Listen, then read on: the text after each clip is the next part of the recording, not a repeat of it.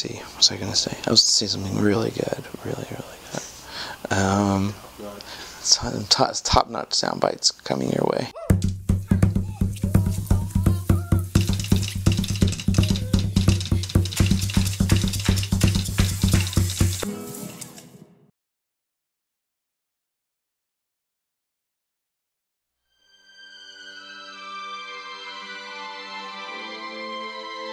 I am from San Jose, California, originally, and I lived in San Francisco for many, many years, but now I reside in New York City.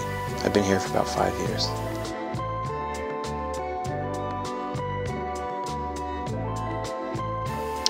I went to art school in San Francisco, Academy of Art College, to study illustration, and specifically comic book illustration and children's book illustration. That's what I focused on.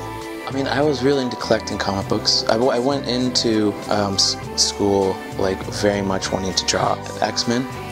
That was what my goal was going to be, you know.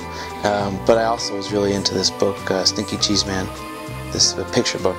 So I knew that like there's lots of possibilities with picture books. So I knew that like I wanted to get really creative somehow. But I also really, not to say X-Men isn't creative, but it's just like I really wanted to draw buff dudes and ladies doing powerful things, you know.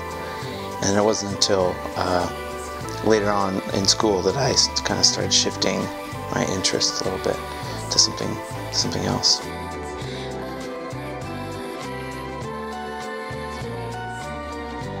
It was a big deal for me to move here, actually, because I think as an artist, I mean, I was getting pretty restless in San Francisco. I was there for like 15 years, and just having a change of environment, like even just moving to the East Coast compared to West Coast, everything is so different. The buildings are different, the trees are different, the benches are different, the smell's different. And just being in that sort of environment made me super excited. And then on top of that, New York just has an insane energy that it's very contagious. And everyone's just doing stuff and going around doing stuff, making stuff happen, and very excited. And that's an energy that I was very much excited about throwing myself into, you know. I liked San Francisco. It was very beautiful and nice, but it ran its course for me, and it was a little bit of a sleepy, relaxing town, you know, and I wanted excitement, right? So yeah, I think it's very much, I think New York has inspired my art quite a lot, just because it's given me a certain amount of, I'm looking out the window, by the way. I'm longingly looking out the window at New York.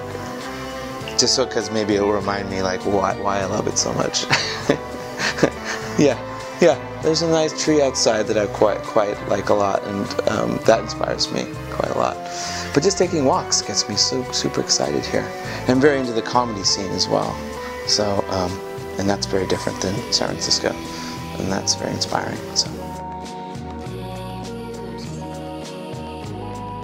right after college, I was pretty lost in what I wanted to do, like, because the whole idea of doing comics was very exciting, but I was kind of unmotivated, and I had some opportunities that were starting to rise up that I just kind of flailed on, you know. I almost did an Aliens and Predator comic for Dark Horse, and then I just kind of got lazy. I don't know. I mean, after college, it's really hard. And a friend of mine got a job at LucasArts. She was also in illustration, but they taught her how to animate, and it was around the time they had a lot of 2D games, and so they taught her how to do that. And then she told me about this new company called Lucas Learning, which was like games for kids, like Star Wars games for kids, and they needed a background painter, and they were just starting out. And so I was like, oh, okay, I love Star Wars, so that sounds great. So I went there and started painting backgrounds for these 2D games. And that's how I got my start in video games. I had never previously thought about going into games at all. It was never a desire of mine. But it was just something I fell into as a way to like make art still. Because I was working at a pizza place at that time, and it wasn't like, you know, you always want, after school, it's like trying to figure out just a way to actually make art, you know. It was always tough for me, or anybody, I guess. But anywho, I started working at Lucas, and that's where I met Tim Shafer, who was at that time working on Grim Fandango, which was the last game that he made with LucasArts. And I remember being hearing about him, but not knowing a heck of a lot about him. except for knowing that he's really great, I think.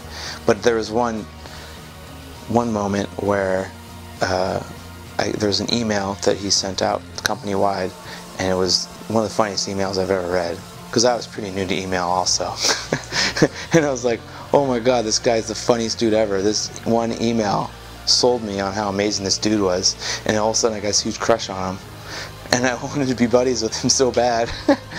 And I was like totally wanting to follow him around, and like we became friends. I mean, normal, not creepy style. We became buddies.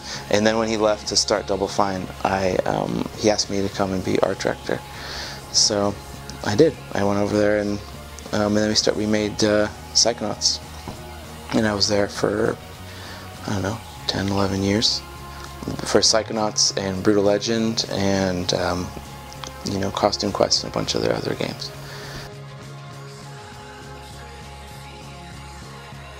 Well, I mean, it was tough at first because, I mean, my first job being backgrounds, like, to be honest, I really liked drawing people, and I hated drawing backgrounds, and so I was like, I can't believe I'm trying to get a job drawing backgrounds, I hate this. And so I went in with my portfolio, and they said, oh, hey, this is really good, but you don't have any backgrounds in here, why are you applying? And I was like, they said, go draw some backgrounds. And so I went and drew a bunch of backgrounds and came back, and then they hired me to do backgrounds. So it was like something that I really didn't want to do at all, and then you just kind of have to do what you gotta do. And then I started really liking backgrounds and seeing their importance all the way through into Double Fine, where you have to explore the backgrounds, and it's an opportunity to tell all these stories besides just telling the stories with the characters and their interactions. Like the backgrounds and what players can find, and the clues they find in the environments can tell so much. I don't know, I think I've grown to love the backgrounds now. It's interesting because, like, going into games without being a real gamer or anything was something that Tim always thought of as a plus side to hiring me. Because to hiring me for Psychonauts, he was always saying, like, I'd rather bring in people that don't already have all these games in their head, like what's possible, like bring in other artists that come from different disciplines and stuff, to maybe do things a little bit different, I guess. And so he wanted it to do Psychonauts kind of based on some of the art that I was doing for art shows at that time and gallery shows. And the same reason why we hired people like Kim Kogan and Nathan Stapley, because they definitely don't play games, but they're amazing painters and stuff. So that was something that Tim always really wanted to bring in, to offset all the programmers and the game designers and everything, and have all these different minds kind of coming together to think about things. So, and I think it created a really good environment for everybody to make things. Tim was always talking about, like, the stop motion stuff, like Rankin Bass, like Rudolph the Red-Nosed Reindeer and Frosty the Snowman and stuff, trying to make it look like stop motion, which I found always very attractive, which is the same thought process that went into, like, Grim Fandango, which was Day of the Dead, and he saw it as, like, 3D wasn't that amazing yet, so you can't do people very well, so might as well do something that makes sense, like paper mache, like skeletons and stuff, you know, or stop motion guys, you know, or like Toy Story, they did toys. It's like something that it doesn't have to look super realistic, you know, that can look stylized. So that was kind of where we based that stuff on. So we can get away with more stuff if you're not doing trying to look, amazing people or whatever. The gallery work was something that happened alongside everything that was happening in games. Like my career, where I was getting kind of paid and stuff for like work, was kind of alongside that. I was part of an art collective in San Francisco right after college. A bunch of friends of mine, like, we all got together regularly and showed each other what we were working on as a way to stay inspired and keep creating and giving each other feedback, because you don't have that when you leave college anymore. You have to find that, I guess. So we would get together, and then we started throwing art shows quite a lot around San Francisco, and we even went to Japan to do an art show, and just kind of like going and working with different artists and different groups and stuff. It was super amazing, but it was a great way to kind of keep creating things. And at that time I was working in gouache, and not enjoying it super well. But that was happening all up into working at Lucas and Double Fine, and I think that started shifting right during Psychonauts. About like halfway through that process, I started showing in. I think I was invited to my first show. Was at Gallery 1988 in LA. It was I Am 8-Bit was what it was called. It was inspired by video games, old school video games. So that was the first time I actually tried out the watercolor stuff, and I was like, oh, I did like a paperboy, old school paperboy painting, and I was like, oh my god, it felt so good. It was like finally, because I was struggling with medium for so long, like what to use and everything, and finally trying out watercolor got me so excited, so relaxed. You know, there was a artist by the name of Marcel Sama. I saw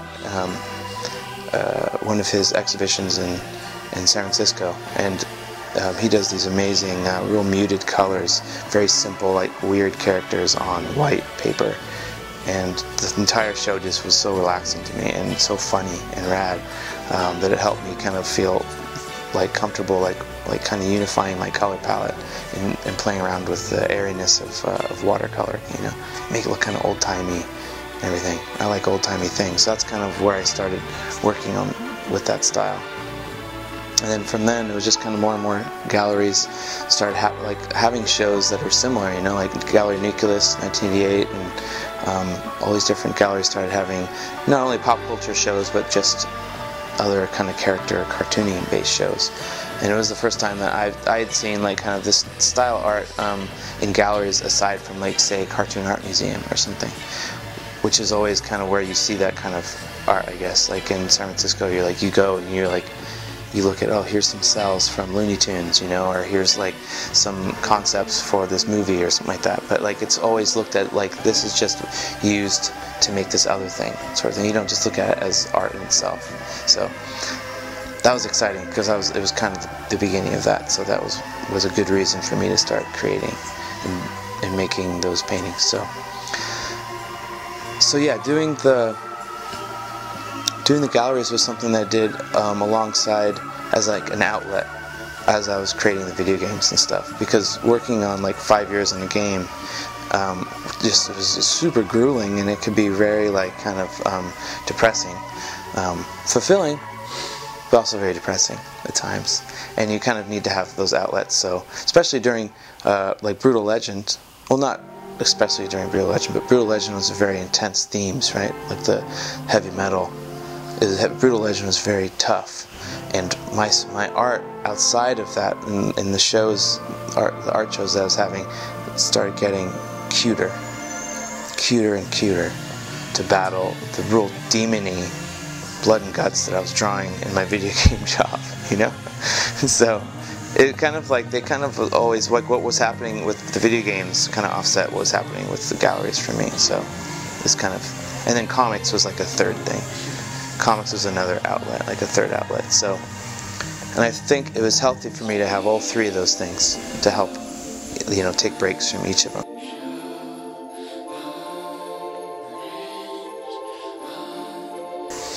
No, actually, that. But you know what? It's funny because I remember it's an inspiration for like I remember the first time I ever saw Barry McGee's art. It was I mean, aside from his street art, like they had an exhibition of his in the MoMA, SF MoMA, and it was the first time any of us had seen street art in a gallery before.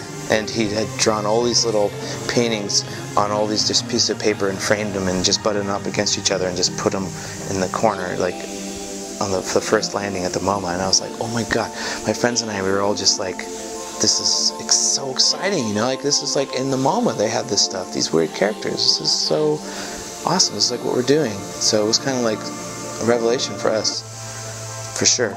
But the collective that I was with, it was just with a bunch of friends of mine and ours. Not to say any of them are incredibly famous people or anything, but they're all pretty talented and amazing people, and they've all gone on to do other amazing things. So, but they were like people, like they're graphic designers, they're photographers, they're painters, they're musicians. A lot of us were all in bands. So, I mean, at these shows, we would have these one-night events where we'd have all the art up, and then we'd have all these these bands play, and my band would play, and we'd have like or different types of combinations of music. We'd have puppet shows. We'd have people reading things. We'd have just like people doing all kinds of things. Our friend was a chef, and she would create all these like kind of like I guess edible art pieces, I suppose. Because we wanted to have every sensation kind of bombardment, so you'd come in and you'd just experience this great thing, which has always been kind of what I wanted to do, and still is what I want to do with gallery shows, but I have yet to do that to the extent that I want to.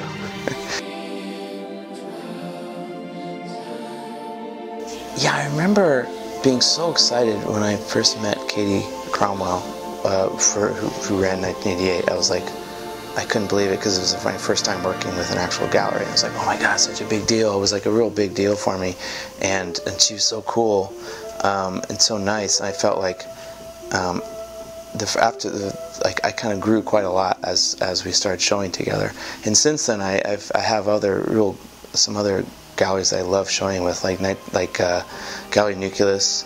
That's also in LA, have been really great for me, and Gallery Arludic in Paris has been really great, and Cotton Candy Machine in New York, here in New York. So there's so many galleries that I love working with. But so it's kind of shifted as far as like Gallery 1988 is mostly pop culture stuff. So when I do show with them, I mostly do like pop culture inspired things. Which has been super great, and they've gotten me actually a lot of other cool opportunities have risen from them. I've met some really amazing people through them, and they got me some certain opportunities, like the Breaking Bad. I did a poster for Breaking Bad for the finale that they kind of worked out and negotiated, and I think through them I met Neil Patrick Harris, who wrote forward for the Great Showdowns, and Great Showdowns is also something that started with them, and I do all of my exhibitions with Great Showdowns with 1988. So I don't know, it's been really fun to go with them. Jensen and Katie are super great. So Great Showdowns started with the show Crazy for Cult, which is an exhibition they have at 1988.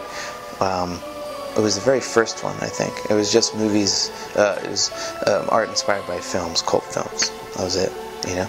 And I was a little bit hesitant to do it, because at that time I wasn't doing a heck of a lot of pop culture stuff, and I was still kind of like, oh, I want to create new things. I was like, so I wanted to just create little things, like not a huge deal, just like create little candy-sized things that you could have like a bunch of them together, and they might feel nice together, and people could take them home, because they're relatively cheap and stuff, you know, and they're going to have a little piece of it.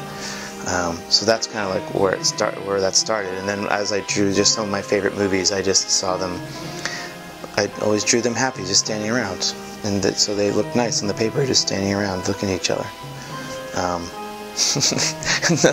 Nothing that much deeper than that. There's nothing. It's just I liked having them kind of standing there looking at each other, and I found that all together, you know, these little moments of them kind of them versus their enemy was very nice, actually, because they could just kind of smile about it and enjoy themselves. So the first 10 I did for that show, and they sold fairly well, and people seemed to like them, and I enjoyed it. So then when the next show came along, the following year I decided I'd do 10 more. And those were just as fun, and people seemed to like them. So then I did it a third time, the next one, and then I don't know, I liked it. And then at that point, I was like, man, I really am enjoying these. Maybe I should start like a website or something, and just to do them regularly, not just wait for these shows. So that's why I started the Tumblr, to start to do them regularly, and then it became something that I really enjoyed doing. And the reception was very, very great on Tumblr. So yeah. I don't know. And then it became like little trading cards. I see them as like little, like things, you know, I don't know, like little trading cards, or little things you can collect, or kind of like, I don't know. See them, it's like a big mixtape, I guess. I always say that, of all my favorite things.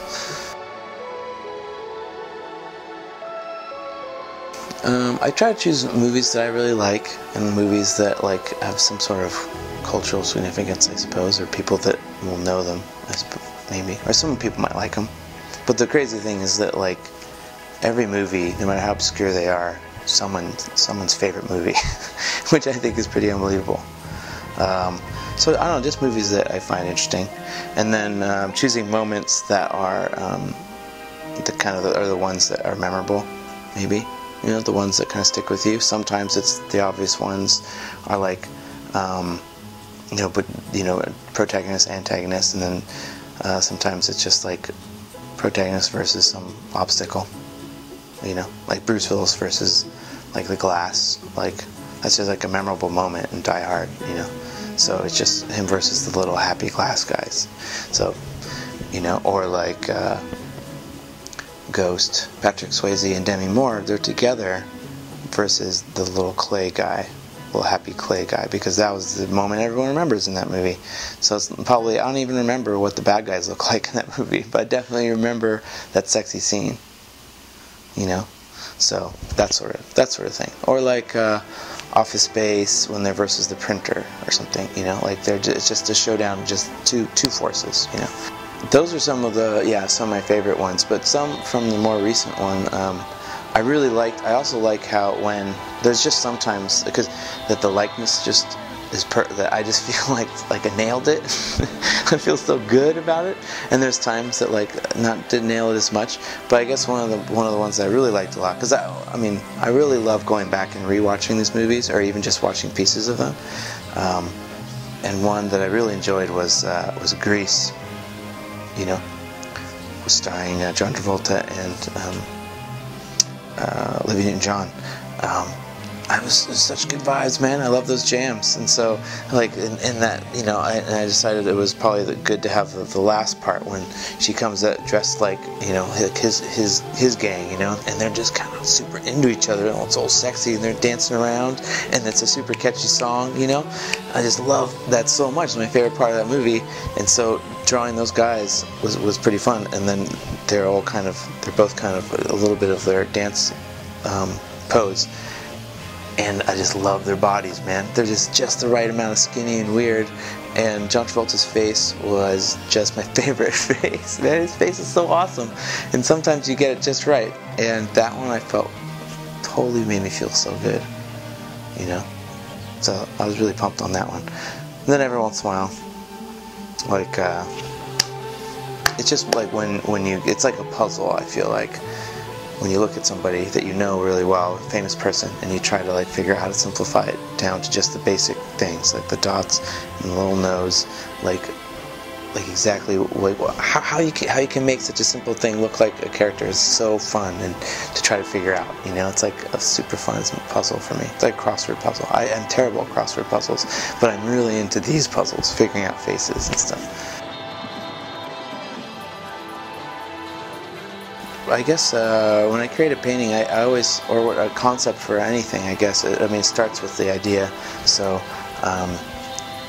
if there's usually some sort of theme or something with these shows, or with the showdown, or with a video game or something that you have to kind of go with and kind of research. And so I always start with like researching a whole lot, like getting images off of you know, the internet, off of, you know, image searches and stuff, and just kind of compiling as much as I can, like surrounding myself with as much as I can that might inspire me, whatever, you know, and other artists and everything. Just kind of that takes days and days of doing that, because it's kind of a procrastination tool as well. I can procrastinate and comfortably be oh well, the more of this stuff I get, the more amazing the idea is going to be, you know. So it starts with that with me, and then I gather that together, and then go out and just doodle on a piece of Xerox paper, just in cafes and things. I don't work at my house when I'm trying to come up with ideas. I like to be out around other people, where people are kind of working on their things and I'm working on my things, and I hear some music playing and stuff. Like, so I like to just draw on any way to kind of relax my mind. That's why also I use copy paper, Xerox paper, rather than sketchbooks, because it's less pressure. And try to make it feel like everything's disposable. All my ideas are disposable, so there's no pressure with any of these ideas, you know. And then just cover it with all kinds of gags and lists of gags and just things that you want to put in there, and just weird drawings. And then like from there, I might see little things all over the paper that might work well, and then I scan them all in, and then just in Photoshop kind of like arrange them, cut them out, and paste them, and then come up with a composition for a painting, and kind of redraw a little bit. I have a Cintiq that really streamlines the process, because then I could just draw directly on there, because I'm a really techie guy. You know, and so then I take that, and then once that's done, I print it out and trace it onto the watercolor paper with a light box with a very hard pencil, so you can just see a little bit the line, and then I paint it with the watercolors. And I sometimes try to choose on paper, try to choose the color combinations before I get started with like little swatches of color that might look nice together, and try to stick to that. So yeah, and everything's just with the watercolor. I don't use any ink. I should use ink, that's probably good, but I don't know. It's very sloppy style, because it's very inspired by like old janky illustrators. Well, not janky illustrators, but like that kind of old style, like it was popular in the 50s, I suppose, where the line is really cool and weird, like inspired like Ben Shahn or something. I really like real rough things, so, which is good, because then I don't have to slave too hard on the painting, because it can stay messy, because it's lively that way, I guess. You know, it took me, I guess it was like after school, I mean, it took me about, I would say 7, 8 years of like messing around with mediums and just drawing characters on patterns, and just kind of messing around with different things before I really felt like comfortable with and happy creating and stuff. Because I was also had a problem with creating in general. Like there was a time when we were in the collective, and I was starting Double Fine, where I still was like didn't see the reason to create. I don't know why. I was struggling with like all my friends were really into creating and painting, and they're like, it was like their lifeline. Like they had to do it. Like they had to do it. They had to paint. And I just didn't feel like I had to. Like I didn't really enjoy it a heck of a lot, to be honest. And I always wanted it to be kind of like when I was a little kid, that kind of excitement. I guess I always was longing to that same excitement when you get up and you play with your action figures and you have a super fun adventure. Like it is just so fun. And then, or you draw some battle drawing and you just keep adding to it and adding to it and everything. So I guess I was always like, that always stressed me out, and I was always kind of questioning. I even went to a therapist for a while to be like, oh, I'm an artist and a painter, and I don't even really like it. I don't have any messages to say. I don't have anything to say with my art. I'm just drawing these stupid characters, you know? And then part of what got me out of that was when I started working with these kids, like these homeless shelters, and these homeless shelters in San Francisco, this group called Drawbridge, and they would go to these shelters and they would paint with kids and just hang out with them. And I joined up with them to volunteer so that I could just selfishly hang out with these kids and like kind of listen to their ideas, you know, and try to get down to the bottom of why they're so pumped about everything, you know. And in doing that, I started realizing that, like, man, they're just like really, they just love the act of drawing so much, you know, and a lot of their paintings are, you know, they're done and they look awesome and abstract and cool, but you don't know what they are, really, unless you hear them tell you the story of what it is as they do it. Like, there's this house and this guy just fell down this tube and he's taken through this, like, these spikes, and there's this tree with like this ghost, and this ghost doing this stuff that you wouldn't know, but you know that basically it's this adventure. Like, they're having adventures as they draw. Every moment, every stroke is like a little adventure that they're having. And so I guess I always wanted to kind of start to do that sort of thing. So then I felt like that was the fun that I was enjoying, that I started having with painting and drawing. It was just like, it was fun to actually create these worlds and imagine being in these worlds and imagine like kind of participating with all the characters and things. So that's why I like creating something that has like a lot of stuff going on, a lot of people, like Richard Scarry, or, you know, which is one of my big influences, like where there's just so many places that you could hang out and you could discover things and stuff. So I felt like if I was doing that, then other people would enjoy that as well. So I guess that's the root of that. I forget kind of what where that started from. Sorry, dude.